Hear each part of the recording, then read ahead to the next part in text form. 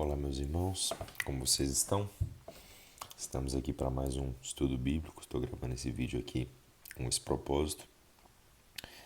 Eu já fiz a minha oração, então peço que você pause o vídeo e faça uma oração para que o Senhor nos ilumine, nos dê o seu Espírito Santo, nos dê entendimento e nos conduza nesse momento de reflexão. Bom, nós hoje vamos estudar as sessões 4 e 5 do primeiro capítulo da Confissão de Fé de Westminster. Então, é bom que você abra o documento e acompanhe a leitura para facilitar o entendimento, tá joia? Diz assim a seção 4. A autoridade da Escritura Sagrada, razão pela qual deve ser crida e obedecida, não depende do testemunho de qualquer homem ou igreja, mas depende somente de Deus, que é o seu autor. Tem, portanto, de ser recebida, porque é a palavra de Deus. Quando nós falamos de autoridade, a palavra autoridade diz respeito a autor, né? Ou seja, qual é a legitimidade da pessoa por trás do que quer que seja, que garanta o que está sendo dito, o que está sendo requerido, que nos obrigue a dar ouvidos, nos obrigue a obedecer, né? Então, sobre o que está fundada a autoridade da Escritura Sagrada? Que autoridade é essa? Quem é o autor da Bíblia Sagrada? É o próprio Deus. 1 Tessalonicenses, capítulo 2, versículo 13, olha o que o apóstolo Paulo diz aos irmãos de Tessalônica. Outra razão ainda temos nós para incessantemente dar graças a Deus. É que tendo vós recebido a palavra que de nós ouvistes, que é de Deus, acolhestes não como palavra de homens, e sim como em verdade é, a palavra de Deus, a qual com efeito está operando eficazmente em vós os que credes. Então aqui a gente vê o apóstolo Paulo se regozijando, né, dizendo que eles têm mais um motivo para dar graças a Deus.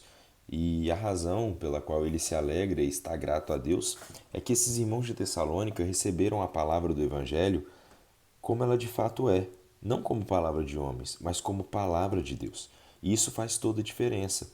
Na verdade, é quando um coração tem essa atitude de receber a Escritura, a Bíblia, a palavra como palavra de Deus, é que essa palavra pode se tornar eficaz na vida dessas pessoas.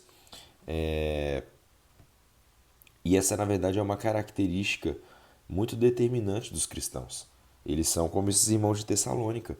Diante da palavra de Deus, eles a recebem como ela é, não como palavra de homem, não como se fosse a opinião de A ou B, ou como se fosse, enfim, apenas uma palavra de sabedoria, um bom conselho. Não, é a palavra de Deus. E quando Deus fala, nós nos calamos, ouvimos, cremos e obedecemos. 1 João capítulo 5, versículo 9 diz assim: Se admitimos o testemunho dos homens, o testemunho de Deus é maior. Ora, este é o testemunho de Deus, que ele dá acerca do seu Filho. Que testemunho é esse que o apóstolo João fala, testemunho de homens que nós recebemos? Bom, meus irmãos, se nós formos ser bem honestos, praticamente todo conhecimento, todo tipo de informação, seja lá qual for a natureza dessa informação, desse conhecimento que nós temos, passa por um processo de aceitar testemunho de homens, né?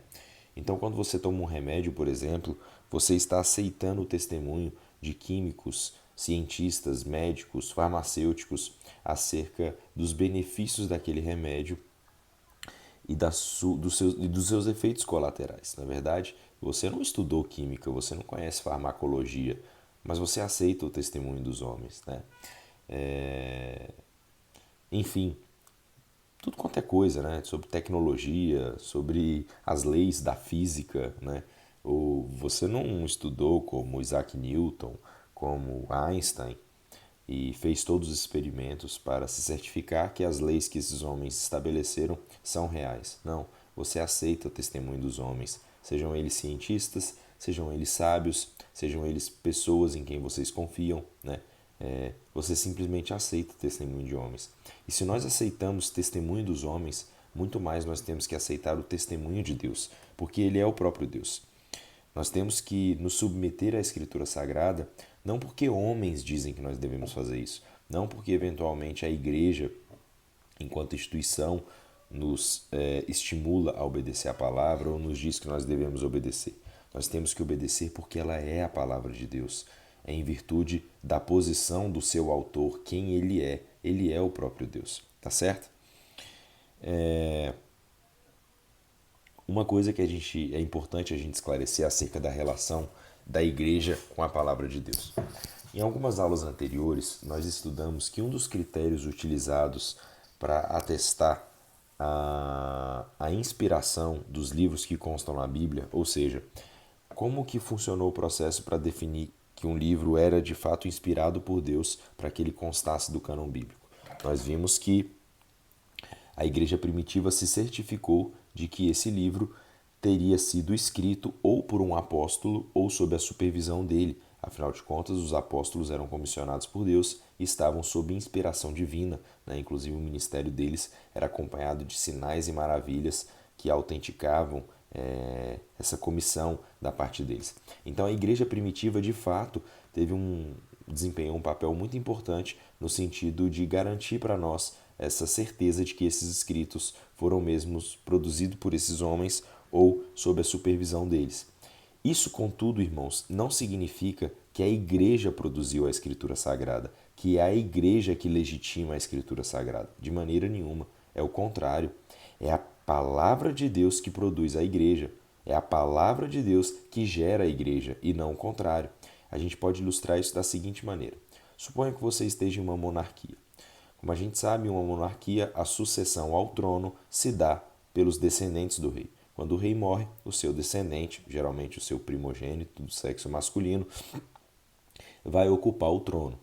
E uma das maneiras para fazer essa transição é o reconhecimento dos súditos acerca de quem tem direito ao trono. Então, os súditos, de maneira comunitária, coletiva, natural, reconhecem que fulano é o herdeiro, é o descendente do rei falecido e ele é, portanto, a pessoa que tem legitimidade para ocupar o trono.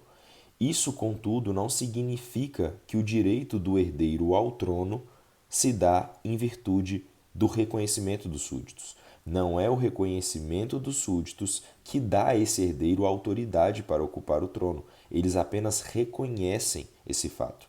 Da mesma maneira, não é a igreja primitiva que autentica, digamos assim, a Escritura Sagrada, que não é por meio do que a igreja primitiva disse que a Escritura Sagrada se tornou parte do cânon bíblico. Não, a igreja apenas reconheceu. A Escritura Sagrada, ela tem autoridade porque ela é a palavra de Deus, tá certo? Então, não é a igreja primitiva que produz a palavra de Deus, mas é a palavra de Deus que produz a igreja, tá certo? É importante a gente esclarecer isso porque há um equívoco na teologia da Igreja Católica Apostólica Romana que diz que é a igreja inspirada que reconhece a Escritura como palavra de Deus, como se a autoridade da Escritura dependesse da autenticação da igreja. Isso de maneira nenhuma é verdade, né? É o contrário. É a Escritura Sagrada que lança as bases da igreja, que organiza a igreja, que instrui a igreja, enfim. Tudo parte da Escritura Sagrada. É justamente por isso que a Confissão de Fé de Westminster começa com a doutrina da Escritura Sagrada. É somente a partir dela que nós podemos dar qualquer passo em direção ao conhecimento de Deus, à nossa aproximação de Deus. Tá certo? Seção 5. Pelo testemunho da Igreja, podemos ser movidos e incitados a um alto e reverente apreço pela Escritura Sagrada, a suprema excelência do seu conteúdo, a eficácia da sua doutrina, a majestade do seu estilo, a harmonia de todas as suas partes, o escopo do seu todo, que é dar a Deus toda a glória, a plena revelação que faz do único meio de salvar-se o homem, as suas muitas outras excelências incomparáveis e completa perfeição são argumentos pelos quais abundantemente se evidencia ser ela a palavra de Deus. Contudo, a nossa plena persuasão e certeza da sua infalível verdade e divina autoridade provém da operação interior do Espírito Santo, que pela palavra de Deus e com a palavra testifica ao nosso coração. Irmãos, o que essa seção quer dizer é que a Bíblia, pelas suas características internas, pelas suas composições e alguns dos seus atributos, isso evidencia que ela é de origem divina. Por exemplo, nós sabemos que a Bíblia, nós já dissemos isso na aula anterior, ela é composta de 66 livros, que esses livros foram escritos por 40 homens diferentes. E isso foi feito ao longo de 16 séculos. Então, seria praticamente impossível que não houvesse grande contradição nesses livros.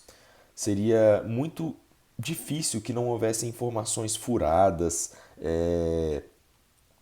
lacunas, coisas incompreendidas, temas diferentes dos livros, direções antagônicas a serem seguidas, divergências quanto aos motivos teológicos, não é verdade?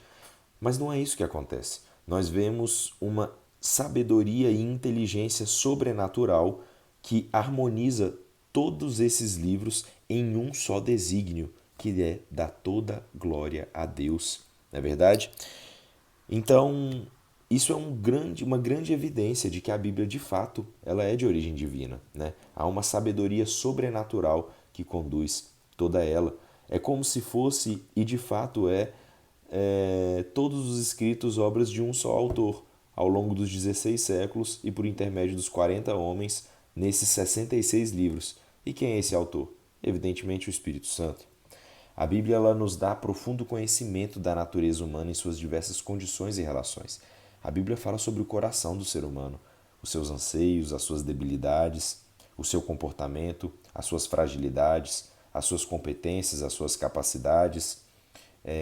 A Bíblia nos instrui e nos revela, nos descreve as relações entre homens e mulheres no contexto do casamento, na formação de uma família, suas relações com os filhos, as relações comunitárias, o estabelecimento das civilizações. Nós temos livros de sabedoria prática que resistem ao teste do tempo, né? Essa sabedoria prática ela continua valendo, ela de fato é verdadeira.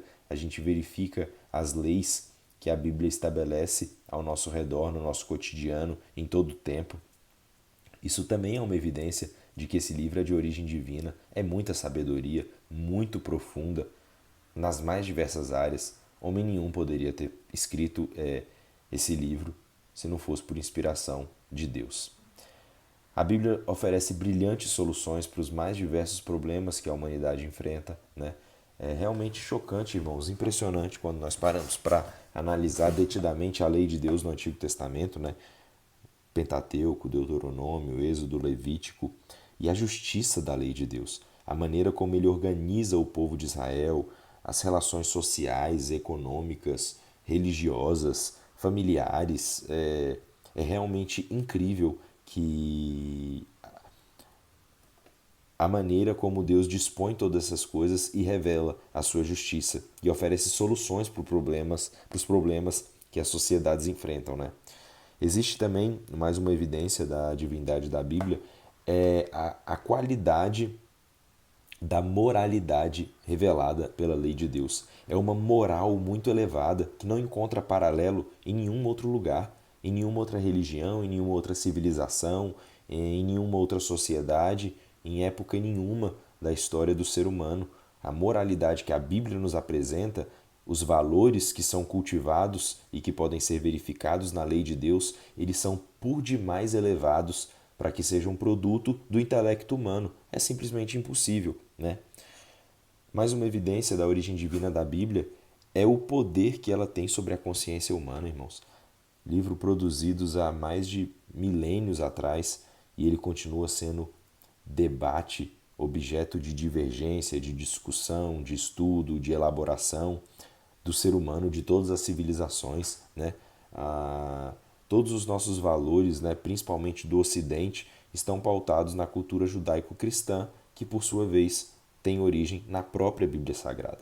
Então, se nós formos investigar a fundo, boa parte do nosso sistema político, jurídico, a nossa maneira de encarar a vida, a nossa cultura, a nossa maneira de constituir família, as coisas mais básicas e fundamentais da nossa vida, são moldados pela Escritura Sagrada. Mas mais do que isso, a mensagem que ela carrega, de fato, toca o nosso coração, toca a nossa alma. E é por isso que a igreja vive, jamais pode ser extinta, porque a mensagem que ela proclama da Bíblia Sagrada, ela toca o ser humano.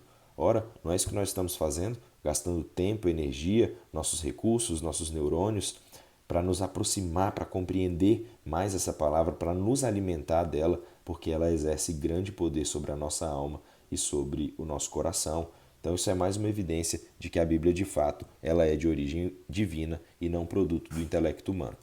Mas apesar da excelência e majestade do texto sagrado, de toda a sua harmonia, de toda a sua beleza, da sua poesia, da sua prosa, enfim, de tudo que ela é, apesar disso, é somente o Espírito Santo que nos dá a plena certeza de que a Escritura Sagrada é a palavra de Deus, né? Não importa o quanto você exponha essas informações grandiosas, toda essa grandeza da Bíblia Sagrada, somente aqueles que têm o Espírito Santo são convencidos de dentro para fora de que a Bíblia é de fato a palavra de Deus, a tal ponto que eles possam observar, temer, crer e obedecer toda a mensagem da palavra de Deus. Isaías capítulo 59, versículo 21. Quanto a mim, esta é a minha aliança com eles, diz o Senhor.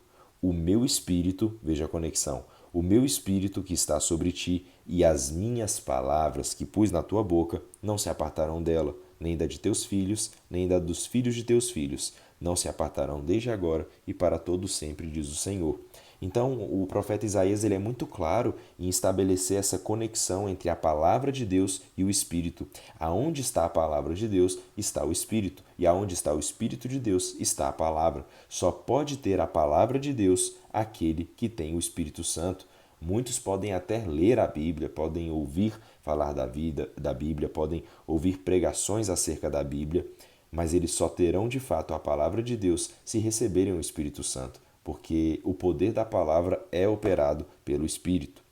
João capítulo 16, versículo 13. Quando vier, porém, o Espírito da verdade, ele vos guiará a toda a verdade, porque não falará por si mesmo, mas dirá tudo o que tiver ouvido e vos anunciará as coisas que hão de vir. Então aqui o Senhor Jesus Cristo diz aos apóstolos que o Espírito Santo viria após a sua ascensão para os guiar em toda a verdade. Ou seja, até mesmo os apóstolos que estiveram com Cristo por 3 anos, algo em torno disso, e aprenderam dos próprios lábios de Cristo, precisaram do Espírito Santo para serem guiados em toda a verdade, para aprenderem da verdade, tá certo? 1 João capítulo 2, versículo 20, versículo 21. E vós possuís unção que vem do Santo, e todos tendes conhecimento. Toda vez que o Novo Testamento fala em unção, ele está falando do revestimento do Espírito Santo. Então o apóstolo Paulo fala aqui que porque nós possuímos a unção do Espírito Santo, nós temos conhecimento. E ele prossegue no verso 21. Não vos escrevi porque não saibais a verdade, antes porque a sabeis, e porque mentira alguma jamais procede da verdade. Então, é em virtude de nós termos o Espírito Santo que nós podemos ter acesso à verdade, que nós conhecemos a verdade, né?